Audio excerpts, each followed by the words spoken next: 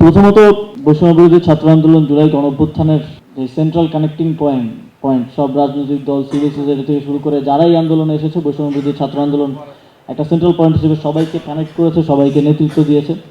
কিন্তু পরবর্তীতে বৈষম্য বিরোধী ছাত্র আন্দোলনের এই ব্যানারটাকে অনেকেই অ্যাবিউজ করেছে এবং এই ব্যানারের নাম, আমরা তো সরকারে থাকার কারণে জানি যে বিভিন্ন জায়গায় ব্যানারের নাম ব্যবহার করে, ইভেন অনেকে সমন্বয়ক না থাকলেও বিভিন্ন জেলায় উপজেলায় নাম ব্যবহার করে অনেক অনৈতিক কার্যক্রমের সাথে জড়িত হয়েছে। এবং সেই জায়গা থেকে বৈষম্য বিরোধী ছাত্র আন্দোলন যে সর্বশেষ সিদ্ধান্ত কমিটি স্থগিত করা, যাতে করে কেউ এই ব্যানারের নাম ব্যবহার না করতে পারে, সেই সিদ্ধান্তকে আমি সাধুবাদ জানাই। এবং সামনের দিনগুলোতে আমি ব্যক্তিগতভাবে চাইব, বৈষম্য বিরোধী ছাত্র আন্দোলনের একজন সাবেক সমন্বয়ক হিসেবে, যে বৈষম্য বিরোধী ছাত্র আন্দোলন জুলাই গণঅভ্যুত্থানের এবং জুলাই গণঅভ্যুত্থানের শহীদ এবং আহতদের যে আকাঙ্ক্ষা এবং জুলাই গণঅভ্যুত্থানের আকাঙ্ক্ষা বাস্তবায়নে কাজ করে যাবে।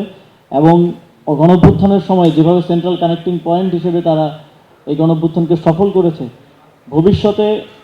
ভবিষ্যতের যাত্রায় তারা সেন্ট্রাল কানেক্টিং পয়েন্ট হিসেবে কাজ করে যাবে। এবং আজকের এই আয়োজনটা সেই ট্র্যাকে ফেরার ক্ষেত্রে বৈষম্য বিরোধী ছাত্র আন্দোলনকে সহযোগিতা করছে বলে আমি মনে করি, এবং এটার কন্টিনিউটি থাকবে বলে আমি প্রত্যাশা রাখি।